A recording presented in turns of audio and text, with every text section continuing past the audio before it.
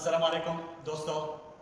आज हम हमारा टॉपिक है वो है solar string cable sizing and DC fuses और सर्किट ब्रेकर। बहुत दोस्तों ने कहा था कि इस पर एक वीडियो बनाए, तो आज हम करने वाले हैं solar string cable sizing circuit breaker and fuses calculation. दोस्तों, इसके लिए जो सोलर स्ट्रिंग आप बनाते हो उसके लिए केबल सेलेक्ट करने के लिए सबसे पहले दो चीज़ें ज़रूरी होती है। पहला, सोलर स्ट्रिंग के एम्पियर मालूम करना और दूसरा उसके वोल्टेज मालूम करना। केबल भी इन ही दो फैक्टर्स पर हमको बाजार में मुहैया कर दिया जाएगा। केबल के पहले हम वोल्टेज ग्रेडिंग देखेंगे कि उसके वोल्टेज ग्रेडिंग कितना है, मतलब कि ये कितने वोल्ट के लिए इस्तेमाल हो सकता है, और दूसरा करंट कैरिंग कैपेसिटी, यानी इसके करंट कैरिंग कैपेसिटी कितना है। तो इस पर हम जो केबल है इसकी सिलेक्शन करेंगे।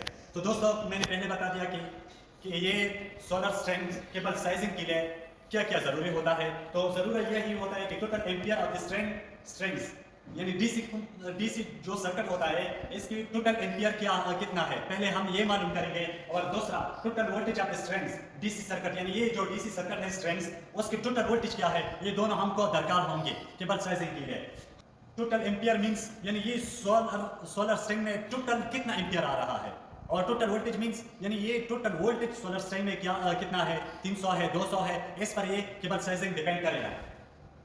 उसके अलावा कुछ और क्वांटिटीज भी है जो हम के लिए जरूरी होते हैं कि वो मालूम करें। Temperature, conditions for the cable length, ये बहुत ज़्यादा फैक्टर्स है वो भी ज़रूरी होते हैं, लेकिन वो इसकी जो कांस्टेंट है मैंने एक ही वैल्यू में जमा कर दी है, तो इसलिए मैंने इसके लिए एक कांस्टेंट बनाया है, तो वही ऐड कर ले या मल्टीप्लाई कर ले तो आपको केबल साइजिंग आ जाएगा।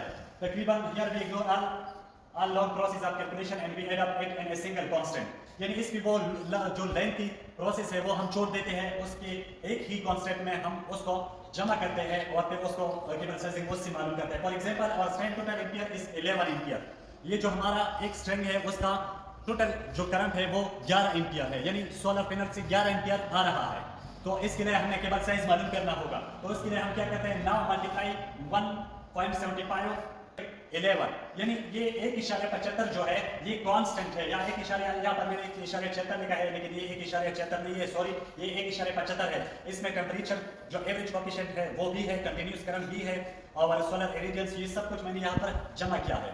तो अकॉर्डिंग टू NEC, तो इसको हम मल्टीप्लाई करेंगे, डायरेक्ट मल्टीप्लाई करें 1.75 ज़रबे 11 इज इक्वल टू 19.25 एम्पियर। ये जो हमारा टोटल एम्पियर आ गया एक्सेप्ट इफेक्टर्स, ये 19.25 एम्पियर आ गया। अब ये जो 19.25 एम्पियर है, ये अब हम जो केबल की कंपनी, जिस कंपनी की केबल इस्तेमाल करते हैं, फॉर एग्जांपल हम फास्ट इस्तेमाल करते हैं, पाकिस्तानी इस्तेमाल करते हैं, या कोई और केबल इस्तेमाल करते हैं, तो उसके कैटलॉग हम देखेंगे कि 19.25 एम्पियर के लिए कौन सा गेज वायर वो इस्तेमाल करते हैं, या कौन सा वायर रिकमेंडेड किया है उन्होंने।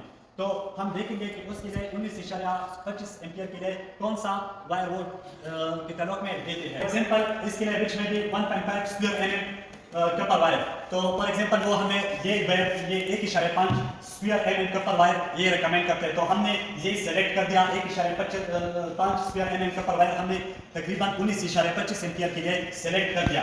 अभी हम देखेंगे कि इसमें वोल्टेज ड्रॉप कितना है, यानी इसमें वोल्टेज ड्रॉप यानी जो वोल्टेज वहां से आ रहा है या सोलर पैनल से आ रहा है इन्वर्टर तक, ये वोल्टेज कितना है और इसमें जाया कितना होता है। वोल्टेज ड्रॉप मींस वोल्टेज जाया होना, जो ज्यादा होते हैं तार में जाया होते हैं। तो उसके लिए हम क्या कैलकुलेट करेंगे, now calculate the voltage drop. VD means voltage drop is equal to 1.75। जो 1.75 था वो हमने वो जो पैरामीटर्स वही लिए थे जो कांस्टेंट थे, 1.75 ज़रबे स्ट्रिंग एम्पियर, यानी जो स्ट्रिंग की शॉर्ट सर्किट करंट है उसके साथ हम मल्टीप्लाई करेंगे। फिर रेजिस्टेंस, ये रेजिस्टेंस जो है ना, ये ओम पर किलोमीटर में होती है, वो भी आपको कैटलॉग में दिया जाएगा, उसके साथ हम ये भी मल्टीप्लाई करेंगे। और फिर उसके साथ लेंथ ऑफ द केबल, यानी जो लेंथ यानी जो फासला है, जो तार हम इस्तेमाल करते हैं वो कितने फासले में है, 50 फीट में है, 100 फीट में है, वो भी हम इसके साथ मल्टीप्लाई करेंगे। और फिर 100 के साथ मल्टीप्लाई करेंगे, उसको divide by total voltage of string, यानी जो स्ट्रिंग में जितना वोल्टेज आ रहा है, 300 वोल्टेज आ रहा है, 400 वोल्टेज आ रहा है, उसके साथ हम क्या करेंगे, डिवाइड करेंगे। फॉर एग्जांपल, ये आ गया स्ट्रिंग टोटल एम्पियर आ गया 19.25 ज़रबे, ये जो है 0.0137, ये जो है ये रेजिस्टेंस है, यानी ये कैटलॉग में हमने दिया गया था, वो हमने क्या कर दिया, मल्टीप्लाई कर दिया, यहाँ पर लिख दिया केबल आर पर मीटर, यानी ये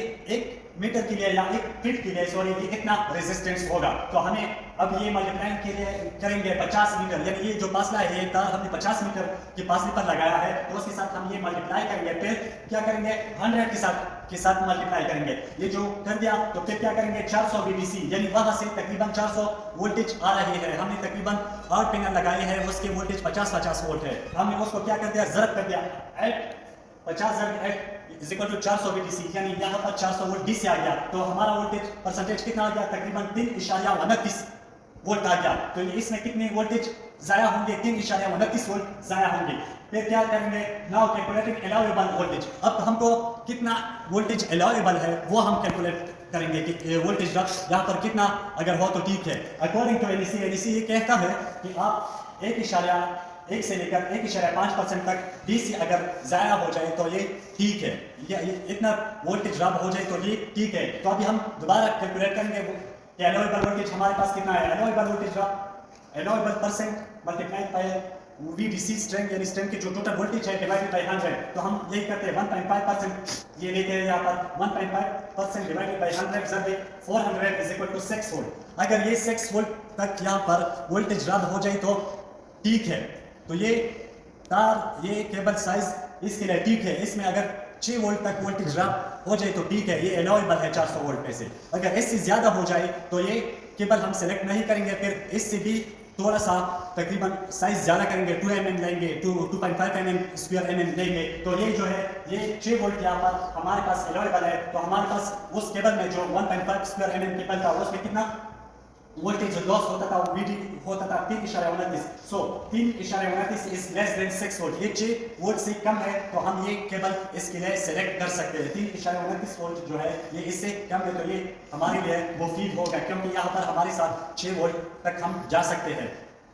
तो it means is selected for 11 ampere. Now calculating DC fuses and circuit breaker. अब हम now calculating DC fuses and circuit breaker, यानी अब जो सोलर स्ट्रेंथ के लिए है या जो DC के लिए जो फ्यूजेस हम लगाते हैं या सर्किट ब्रेकर लगाते हैं उसकी साइजिंग कैसे कैलकुलेट करेंगे कि उसके लिए कितना 11 एम्पियर चाहिए या 16 एम्पियर चाहिए, 20, 50, 100, 500 कितना एम्पियर वाला ब्रेकर या सर्किट फ्यूज हमारे लिए दरकार होता है। तो अभी इसके कैलकुलेशन करेंगे। NEC ये जो इसके लिए सेफ्टी पिकर है 1.56 या 1.56 ये है, ये डायरेक्ट मैंने यहाँ पर लिया है। तो सिंपली ऐसा करें कि ये 1.56 ज़रब स्ट्रेंथ टोटल करंट, यानी स्ट्रेंथ की जो टोटल करंट है या जो आपकी टोटल करंट है वो उसके साथ मल्टीप्लाई करेंगे। 1.56 ज़रब 11 ampere is equal to 17.16 ampere, यानी इसको मल्टीप्लाई कर दिया। हमारे पास एक जो सर्किट ब्रेकर का साइज है या फ्यूज का साइज है ये हमारे पास आ गया।